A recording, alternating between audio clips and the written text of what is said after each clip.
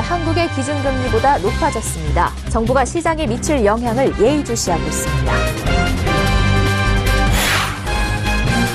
미국의 기준금리 인상에 따라 한국은행도 금리 인상에 따라 나설 것으로 전망되면서 1,450조 원에 달하는 가계부채의 폭탄이 터질 수 있다는 우려가 나오고 있습니다. 한미 금리 역전으로 대규모 자본 유출 가능성이 제기되고 있지만 이날 증시는 상승 마감하는 등 시장은 안정적인 모습을 보였습니다. 일명 로또 아파트로 불리는 개포주공 8단지 재건축 청약이 마감된 가운데 국토부가 특별공급 당첨자에 대한 부정 당첨 여부 조사에 들어갑니다.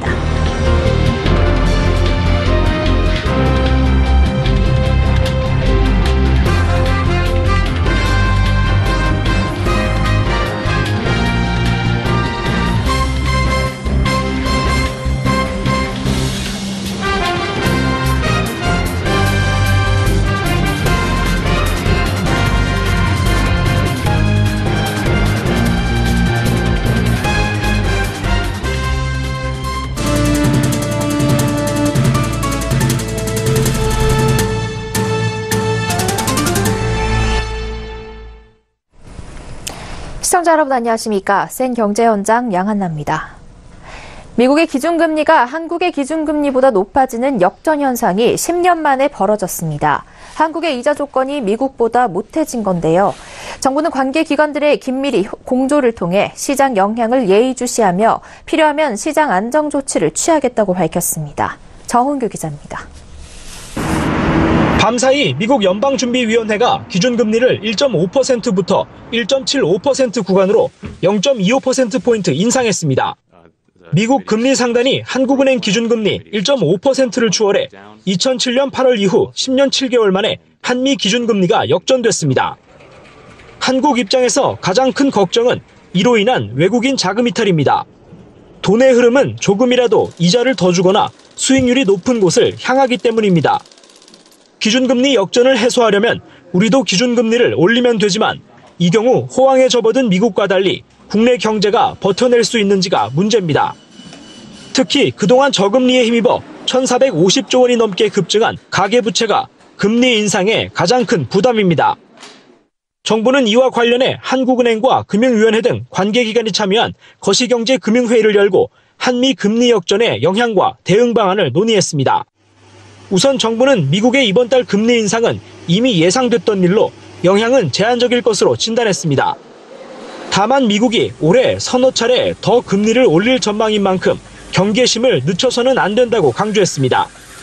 정부는 시장 상황을 예의주시하며 변동성이 확대되는 경우 시장 안정 조치를 시행하겠다고 밝혔습니다. 또 최근 보호무역주의 움직임과 4, 5월 개최 예정인 남북, 북미 정상회담 결과 등이 시장에 미치는 영향도 예의주시하며 불안 심리 발생을 철저히 차단해 나가기로 했습니다. 서울경제TV 정훈규입니다. 미국의 기준금리 인상으로 한미 간 기준금리가 역전됐는데요. 가장 큰 걱정은 1,450조 원이 넘는 가계대출입니다.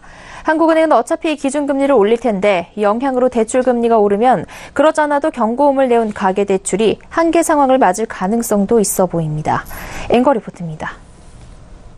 미국의 기준금리 인상으로 한미금리가 역전됨에 따라 한국은행의 기준금리 인상이 불가피해졌습니다. 이주열 한국은행 총재는 5월 금리 인상 여부에 대해 변수가 워낙 많다며 말을 아꼈지만 시장에서는 올해 한은이 최소한 한두 차례 정도 올릴 것으로 내다봅니다. 더욱이 미 연방준비제도가 이번에 올해 금리 인상 횟수 전망을 3차례에서 4차례로 바꿀 여지를 남긴 만큼 한은의 기준금리 인상 횟수도 늘어날 수 있습니다.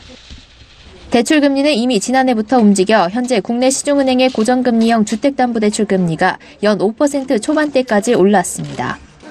이런 추세면 연말 대출금리는 연 6%에 다다를 수 있습니다.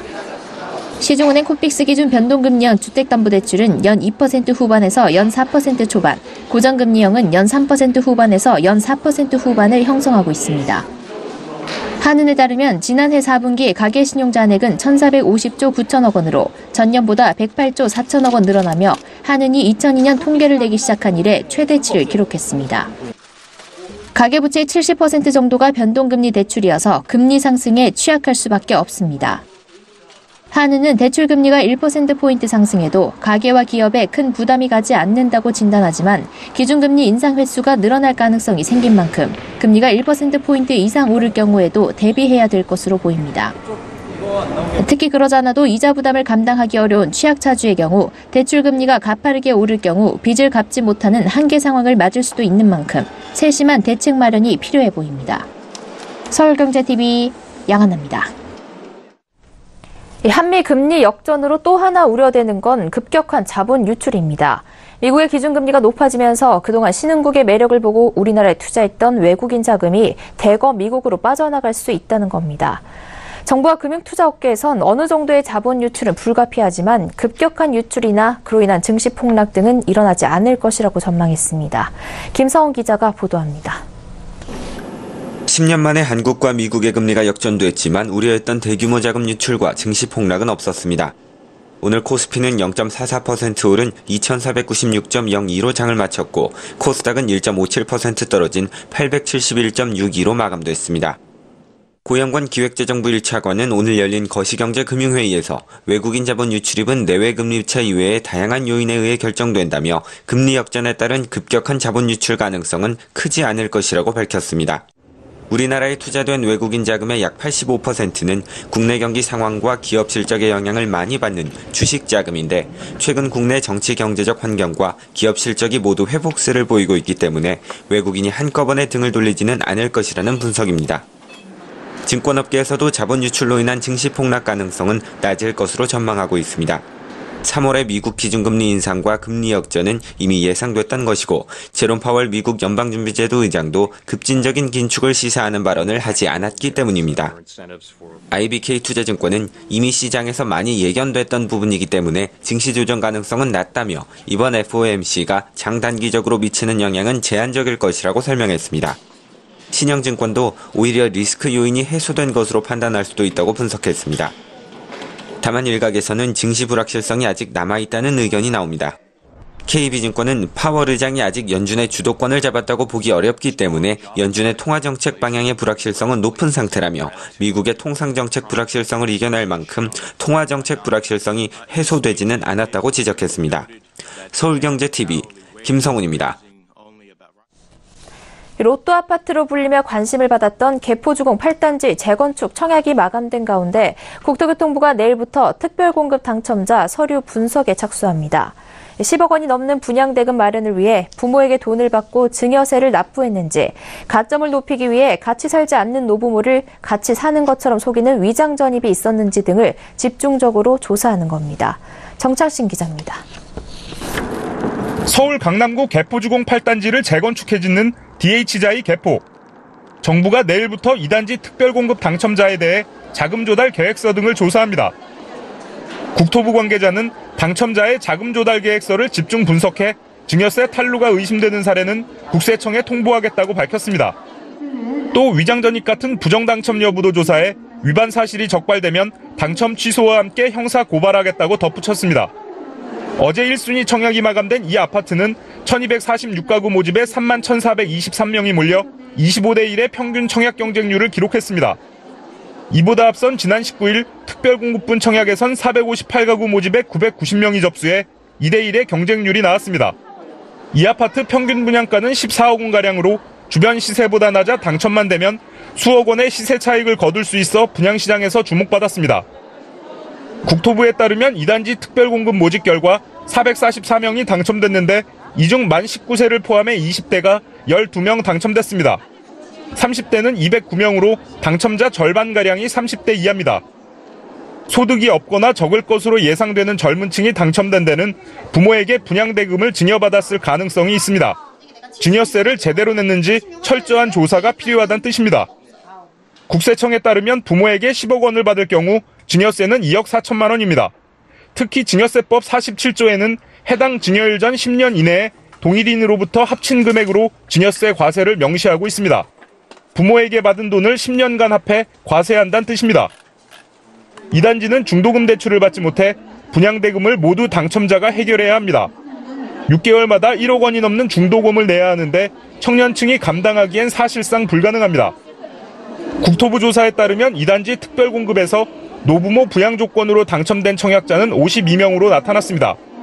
주민등록상에 부모가 3년 이상 등재돼 있더라도 같이 살지 않으면 위장 전입입니다. 2단지 1순위 청약 당첨자 1246명은 일주일 뒤 발표되는 만큼 재건축 단지의 긴장감은 계속될 것으로 관측됩니다. 서울경제TV 정창신입니다. LTE보다 20배 빠른 5세대 이동통신 평창올림픽을 보면서 이 5G에 어떤 변화가 나타날지 실감할 수 있었는데요. 내년 3월이면 5G를 실생활에서도 경험할 수 있게 됩니다. 이보경 기자가 보도합니다. 천재 스노우보더 한국계 미국 대표 클로이 김 선수가 금빛 하늘을 나는 순간. 그 찰나의 순간은 경기장의 100대의 카메라로 찍혀 5G망을 통해 실시간으로 전송됩니다. 봅슬레이 경기 중계 장면을 보면 직접 선수가 돼 함께 달리는 느낌이 듭니다. 세계 최초로 5G를 기반으로 성공적으로 치러진 평창 동계올림픽. 이제 관심은 실생활에서는 5G를 언제쯤 경험할 수 있을지에 모입니다. KT는 성공적인 평창올림픽 개최 경험을 바탕으로 내년 3월 국내 최초로 5G 서비스를 상용화한다는 계획입니다. 내년 상반기에는 전국적인 커버리지를 확보하여 스마트폰을 활용한 세계 최초로 5G 상용 서비스를 시작할 계획을 갖고 있습니다. 구체적으로는 내년 3월 자율주행과 스마트 팩토리 등 기업 대상의 5G 서비스를 제공하고 단말기 출시가 이뤄질 내년 2분기쯤 일반 고객을 대상으로 하는 5G 서비스를 선보이게 됩니다. KT는 세계 최초의 5G 올림픽을 준비하면서 현재 5G 관련 특허를 100여 개 보유하게 됐습니다.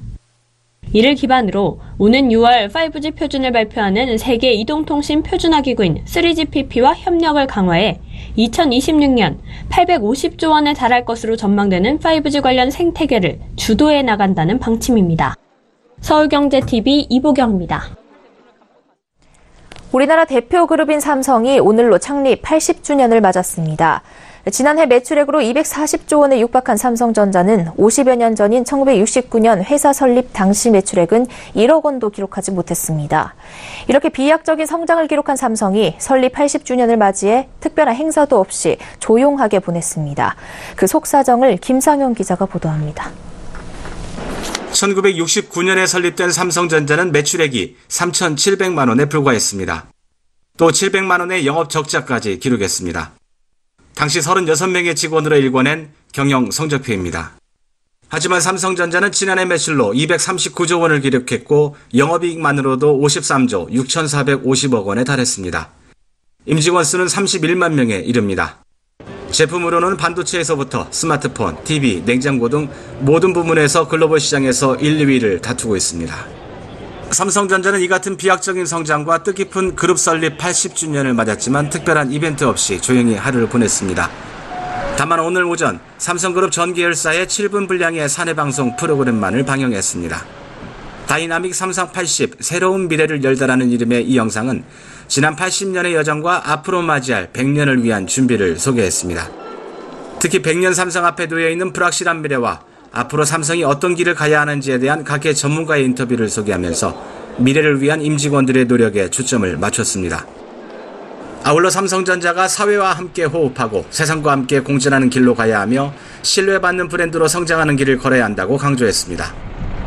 삼성전자를 이끌고 있는 이재용 부회장이 영상의 모습을 드러내진 않았지만 창립 80주년을 맞아 사회와 상생하면서 신뢰받는 기업으로 거듭나겠다는 의지를 보인 것으로 평가됩니다. 삼성전자가 80주년을 맞아 7분짜리 영상으로 기념식을 개최한 것은 이건희 회장의 차명계좌 논란과 이재용 부회장의 대법원 상고심, 최순실 사태로 인한 사회의 부정적인 여론을 의식한 것이라는 게 재계의 평가입니다. 이에 따라 삼성전자는 그동안 벌여온 사회공헌 활동을 대폭 정비하면서 강화하고 이사회 운영의 투명성 확보 등을 통해 기업의 투명성을 강조하는 작업에 나설 것으로 관측됩니다. 서울경제TV 김상용입니다.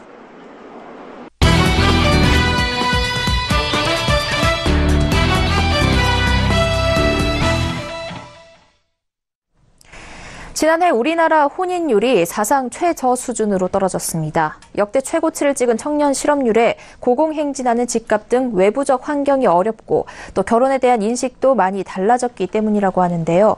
비혼 시대라는 이야기마저 나오고 있습니다. 자세한 소식을 김혜영 기자와 나눠보겠습니다.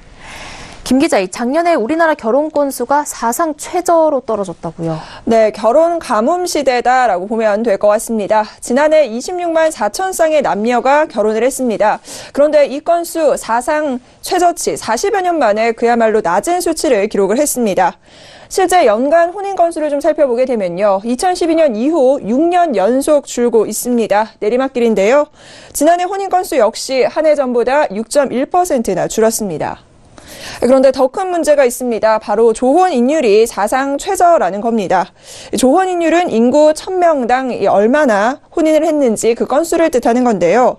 혼인 건수 통계를 시작한 게 1970년대인데 사실 지금과는 인구 규모가 다를 수밖에 없겠죠. 그러다 보니 70년대는 인구가 지금보다 적었기 때문에 혼인 건수가 더 적었을 수도 있었던 겁니다.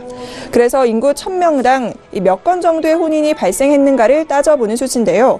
이 수치가 지난해 5.2건이었습니다. 통계청 고용통계과 이재영 과장 이야기 함께 들어보시죠. 1970년 이래 조혼인율로는 가장 적은 수치예요. 실제 70년대는 인구 자체가 적었기 때문에 인구까지 같이 고려해서 보면 인구 1000명당으로 해서 놓고 보면 가장 적다라는 거죠. 1970년 이후로. 네, 그렇다면 이렇게 결혼을 하지 않는 현상이 나타나는 원인은 어디에 있을까요? 사회적인 요인이 상당히 큽니다. 역대 사상 최고치를 경신하고 있는 청년 실업률, 그리고 고공행진하고 있는 집값까지 외부 환경적인 요인이 상당한데요. 실제 현장에 나가서 이 청년들을 만나봤는데 어떤 이야기들이 나왔는지 화면으로 함께 보시죠. 이제 경기가 어렵고 그러다 보니까 비혼 적이 늘어나는 것 같습니다. 네, 제 나이 또래 친구들도 아직 취업을 못한 친구들이 많아서 이제 아무래도 비혼 적이 점점 늘어나고 있는 것 같습니다. 네. 엄청 많이 늘 거라고 생각하고요. 그런 친구들 굉장히 많고요. 집값이 너무 비싸서 좀 자발적인 비혼이 아니라 좀 타에 의한 비혼이 많이 생기는 것 같아요. 어렵게 취업했는데 취업하면 다 끝날 줄 알았는데 또 결혼하면 또 집값이 또 하고 또 결혼하면 끝날 줄 알았는데 또 출산하면은 양육비가 너무 많이 들어서 그 많은 친구들이 좀 포기하는 경향이 있어요. 네, 혼자 먹고 살기에도 고되다라는 이야기가 나오는 요즘인데 사실 젊은 청년들은 결혼에 대해서 먼 나라 이야기처럼 느끼고 있었습니다. 추세적으로 혼인이 급감하고 있는 배경을 조금 더 자세히 살펴보면요. 사회적인 그리고 경제적인 현실 그리고 인식의 변화, 이 복합적인 요인들이 작용을 하고 있었습니다. 통계청에서는 어떻게 보고 있는지 함께 들어보시죠.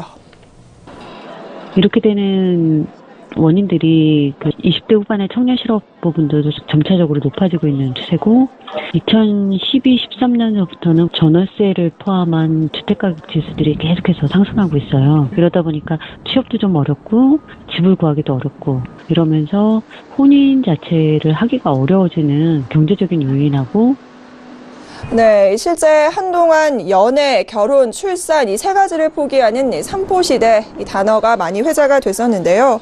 우리 사회가 처한 단면을 고스란히 보여주고 있지 않나 싶습니다. 또한 이 결혼, 출산으로 이어지는 연결고리가 이제는 끊어지고 있는 셈인데요.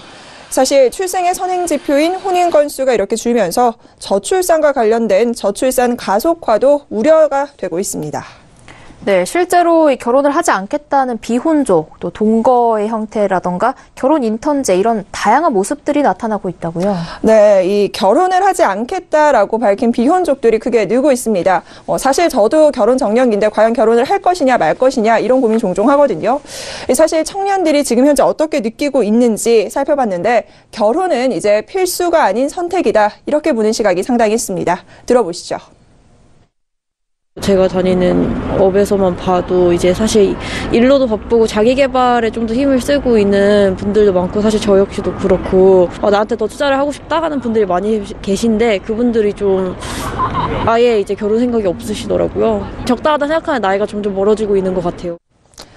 네, 보신 것처럼 경력 단절, 육아, 가사 노동에 대한 부담 등 결혼을 꼭 해야 한다 이러한 인식이 점차 줄어들고 있는 겁니다. 통계청에서도 함께 이런 상황들을 통계로 잡히고 있다라는 이야기를 좀 해줬는데요. 이재영 과장 이야기 들어보시죠. 해야 한다 하는 게 좋다라는 견해가 지속적으로 감소하고 있는 것도 원인이 될 것 같아요.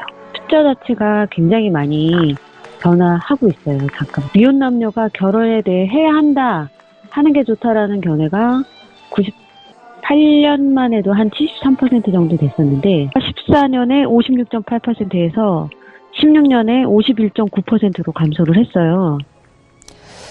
네, 또 그리고 다양한 형태의 이 모습들도 나타나고 있습니다. 혹시 결혼 인턴제라는 단어 좀 생소한 분도 계실 거고요. 또 들어보신 분들도 있을 텐데 말 그대로 일정 기간 동안 이 동거를 통해서 이 인턴 기간을 거쳐 결혼을 할 것인가 말 것인가를 정하는 겁니다.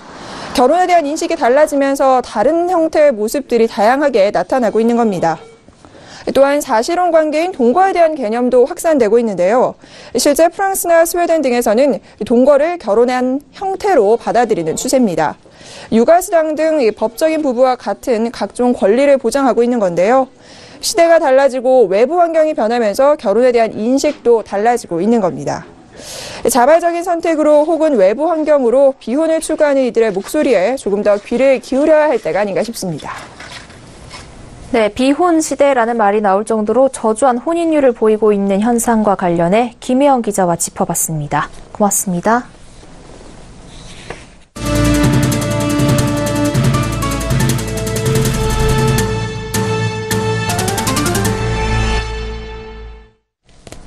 문재인 대통령이 26일 발의할 대통령 개헌안에 권력구조 개편의 핵심인 대통령 4년 연임제가 포함됐고 대통령 선거 결선 투표제도 도입됐습니다. 또 대통령의 권한은 대폭 축소 분산하고 총리의 권한과 국회의 정부 통제권은 대폭 강화됐습니다.